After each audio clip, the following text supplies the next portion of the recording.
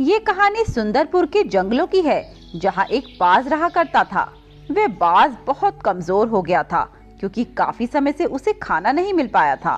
जंगल के सभी पक्षी उससे डरे हुए रहते थे और उसे देखते ही अपने अपने घरों में घुस जाते थे।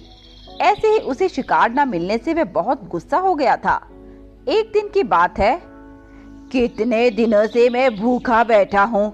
जब भी शिकार पर निकलता हूँ, ये सभी पक्षी मुझसे डरकर अपने अपने घरों में घुस जाते हैं। अगर ऐसे ही चलता रहा तो मैं भूखा ही मर जाऊंगा। मुझे इस बार तो कुछ न कुछ करना ही होगा। ऐसा सोचकर वह इधर उधर चलने लगता है। तभी उसे एक ख्याल आता है। अरे वाह, ये तो बहुत अच्छा आइडिया है। ये ख्याल मुझे पहले क्यों नहीं आया? अब देखो तुम सभी पक्षियों, मैं तुम्हें कैसे एक एक करके मार कर खा जाऊंगा। तुम खुद को बहुत चालाक समझते हो ना, पर अब और नहीं। मैं भी देखता हूँ तुम अपनी चालाकी कैसे दिखाते हो। बाज आज थोड़ा सा खून अपने ऊपर लगाकर टीनू तोते के पास जाता है और उससे रोते रोते बोलता है, तोते, मुझे तुम्हारी मदद चाहिए। मेरी पत्नी का एक्सीडेंट हो गया है और उसे खून की बहुत ज्यादा जरूरत है, तो तुम मेरे साथ चलो। पर तुम्हारी पत्नी तो एक बाज है ना, और मैं एक तोता, तो भला मैं तुम्हारी पत्नी को कैसे खून दे सकता हूँ?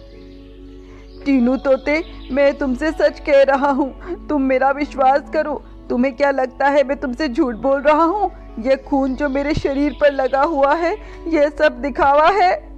नहीं बाज भाई, मैंने ऐसा नहीं कहा।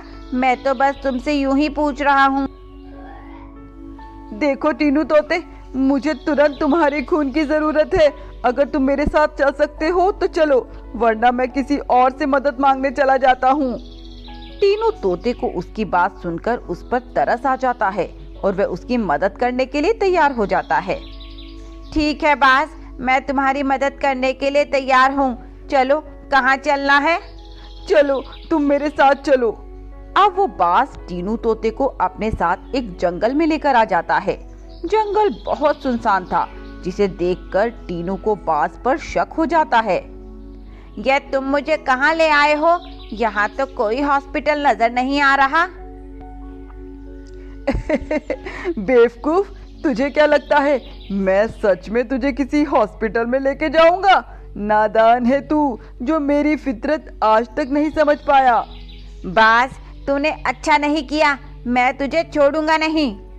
टीनू कुछ कर पाता उससे पहले ही बाज उसे मार देता है और टीनू मर जाता है। फिर बाज उसे खा जाता है। वाह भाई वाह, मजा आ गया। कितने दिनों बाद आज पेट भर के भोजन मिला है। बस अब ऐसे ही मेरा नाटक चलता रहे और ये बेवकूफ पक्षी मेरी बातों में फंसते रहे, फिर मुझे कभी भी खाने की कमी नहीं होगी। अगले दिन बाज आज भी कोई योजना बना रहा था। कल तो तोते का शिकार कर लिया, अब किसका शिकार किया जाए? तभी उसे लाडो कबूतरी का ख्याल आता है और वे आज फिर अपने ऊपर खून के छींटे मारकर और रोंदी शक्ल बनाकर लाडो कबूतरी के पास जाता है। हाय रे, मैं तो बर्बाद हो गया, लुट गया। क्या हुआ बाज भाई, आप रो क्यों रहे हो? और ये खून के छींटे, ये कैसे? अरे मैं तुम्हें क्या बताऊं लाडो बहन, मैं तो कहीं का नहीं रहा। मेरी पत्नी का एक्सीडेंट हो गया है और उसका बहुत खून बह गया और उसे जल्द ही खून की जरूरत है, पर मैं कहाँ से खून लाऊं? मैं तो खुद बहुत कमजोर हो गया हूँ और डॉक्टर ने मेरा खून लेने से मना कर दिया। अब तुम ही बताओ मैं क्या करूं, कैसे अपनी पत्नी की जान बचाऊं? उसे ऐसी हालत में देखकर लाडो को उस पर तरस आ जाता है और वह उससे कहती है, अरे बाज भाई, आप रोना बंद करो और आप घबराओ मत। मैं आपकी पत्नी को खून दूंगी और उनकी मदद करूंगी और देखना वो जल्दी ही ठीक हो जाएंगी। लाडो बहन, तुम कितनी अच्छी हो, भगवान तुम्हें लंबी उम्र दे। भैया, अब आप और देर मत करो और मुझे जल्दी से जल्दी अस्पताल लेकर चलो। ऐसा कहकर वे बाज लाडो कबूतरी को भी अपने साथ उसी जंगल में ले जाता है जहां उसने टीनू का खून किया था। लाडो जंगल को देखकर घबरा जाती है, और बाज से कहती है, भाई लगता है हम रास्ता भटक गए, हम गलत रास्ते पर आ गए हैं। गलत नहीं, एकदम सही रास्ते पे आए हैं। पर बाज भाई, मुझे तो यहाँ कोई अस्पताल नजर नहीं आ रहा। यहाँ कोई अस्पताल नहीं है और ना ही मेरी कोई पत्नी है जिसका एक्सीडेंट हुआ है। मैं तो तुम्हें यहाँ मारने के इरादे से आया हूँ। बाज, तूने ये अच्छा नहीं किया, तूने धोखे से मुझे फंसाया है। अब क्या धोखा, क्या ईमानदारी, मुझे इन चीजों से कोई फर्क नहीं पड़ता। मुझे तो सिर्फ अपने शिकार से मतलब है। ऐसा कहकर वह बाज उस लाडो कबूतरी को भी जान से मार देता है। ऐसे ही कई दिन गुजर जाते हैं। अब वो बाज रोज ऐसे ढोंग भरकर पक्षियों के पास जाता और उन्हें अस्पताल ले जाने के बहाने से मार कर खा जाता। अब वह बहुत मोटा भी हो गया था। अरे मुझसे अच्छी किस्मत तो किसी की नहीं हो सकती।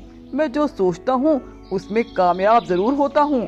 और ये पक्षी जो खुद को इतना चालाक और समझदार समझते हैं, क्या हुआ उनका? सब के सब बेवकूफ हैं। मैं जरा सा खून क्या लगाकर उन लोगों के सामने जाता हूँ, वो मेरी बातों में आ जाते हैं और अपना खून तक देने को तैयार हो जाते हैं। बहुत दिन हो गए किसी चिड़िया का मांस खाए हुए। मैंने कबूतर, तोता, बंदर, मैना सभी के मांस खा लिए, पर अब तक किसी चिड़िया का मांस नहीं खाया। क्या करूं, किसका शिकार करूं? तभी उसे टुनटुनी चिड़िया का ख्याल आता है। अरे मैं टुनटुनी के बारे में कैसे भूल गया, वो भी तो एक चिड़िया है। तो तैयार हो जा टुनटुनी चिड़िया, अगली बारी तेरी है। वहीं दूसरी तरफ टुनटुनी चिड़िया अपनी दोस्त लाडो कबूतरी की मौत से सदमे में थी। वो जंगल के पक्षियों से इसी सिलसिले में पूछताछ करती है। अरे मोंटी बंदर, तुम्हें पता है कि आखिरी बार लाडो कबूतरी किसके साथ देखी गई थी? देखो टुनटुनी, मैं इस बारे में कुछ नहीं जानता। मैंने तो कई दिनों से लाडो कबूतरी को देखा भी नहीं। तुम मुझे माफ करना, मैं इस बारे में तुम्हारी कोई मदद नहीं कर पाऊंगा। ठीक है मोंटी भाई, आपकी मदद के लिए शुक्रिया। टुनटुनी जंगल के पक्षियों की इस रहस्यमय मौत के बारे में सुनकर बहुत परेशान थी। अगली सुबह वह बाज टुनटुनी चिड़िया के पास चला जाता है और उस पर भी वही चाल चलता है जो उसने सभी पक्षियों पर चली थी। टुनटुनी बहन, मुझे तुम्हारी मदद की सख्त जरूरत है। बोलो, तुम मेरी मदद करोगी ना?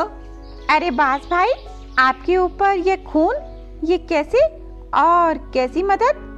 टुनटुनी बहन मत पूछो, मेरे साथ जो हुआ है भगवान फिर से वो किसी के साथ ना करे। क्या हुआ बाज भाई, साफ साफ बोलो। टुनटुनी बहन, मेरी पत्नी का कार एक्सीडेंट हो गया है और इसकी हालत बहुत कमजोर है। डॉक्टर ने कहा है बहुत खून बह गया और अगर उसे समय पर खून ना मिला तो वह मर जाएगी। टुनटुनी को बाज की बातों पर शक सा होता है। बाज भाई, आप घबराओ मत, मैं हूं ना, मैं आपकी पत्नी को अपना खून दूंगी, बस आप मुझे 1 मिनट दो। ऐसा कहकर वह अपने घर के अंदर जाती है और कुछ समय के बाद बाहर आ जाती है। चलो बाज भाई, जल्दी चलो, वरना कहीं देर ना हो जाए। ऐसा कहकर टुनटुनी उस बाज के साथ चल देती है और कुछ दूर पहुंचने के बाद उसी जंगल में पहुंच जाती है। बेवकूफ टुनटुनी, मैं तो सोचता था कि तू बहुत समझदार है। तुझे जाल में फंसाना मेरे लिए आसान नहीं होगा, पर मैं गलत साबित हो गया। तू तो इस जंगल की सबसे बड़ी बेवकूफ निकली। तुझसे ज्यादा अकल से तो पैदल चिड़िया मैंने आज तक नहीं देखी। हंस ले बेटा, हंस ले, जी भर के हंस ले, क्योंकि तेरी ये आखिरी हंसी है। आज के बाद तू हंसने के काबिल तो क्या, सांस लेने के काबिल भी नहीं रहेगा। बाज टुनटुनी की ये बात सुनकर हैरान हो जाता है। कहना क्या चाहती हो तुम? मैं कुछ नहीं कहूंगी, बल्कि तुझे कुछ दिखाऊंगी, वो देख। जंगल के सभी पक्षी वहां उड़कर पहुंच जाते हैं, जिसे देखकर बाज हैरान हो जाता है। ये सब कब और कैसे हुआ? ये तब हुआ जब मैं 2 मिनट के लिए अपने घर के अंदर गई थी। मैं पहले ही तेरी चाल समझ गई थी, इसीलिए मैंने जल्दी अपने दोस्तों को व्हाट्सएप पे एक मैसेज डाल दिया और मेरे पीछे पीछे आने को कहा, और देखो ये सब आ गए। प्लान तो अच्छा था। सच कहूँ तो पहली बार मुझे कोई मेरी टक्कर का मिला है। पर तुम सभी जरा जरा से पक्षी मेरा क्या बिगाड़ लोगे। ये मत भूलना कि बूंद बूंद से सागर भरता है। जब रावण इतना शक्तिशाली होने के बाद वानर सेना से हार गया तो तू चीज ही क्या है। बाज को उसकी बातें सुनकर बहुत गुस्सा आ जाता है और उन सभी पक्षियों पर वार करने लगता है। पर पक्षी भी कमजोर नहीं थे, वे पूरी तैयारी के साथ आए थे। उन्होंने अपने बैग में पत्थर भर रखे थे जो उन्होंने उस चील पर फेंकना शुरू कर दिया और देखते ही देखते वह बाज पूरी तरह से जख्मी हो जाता है और अंत में मर जाता है। दोस्तों, ये मेरी या आपकी जीत नहीं है, ये जीत है बुराई पर अच्छाई की। सभी पक्षी टुनटुनी की सूझबूझ और समझदारी की तारीफ करते हैं।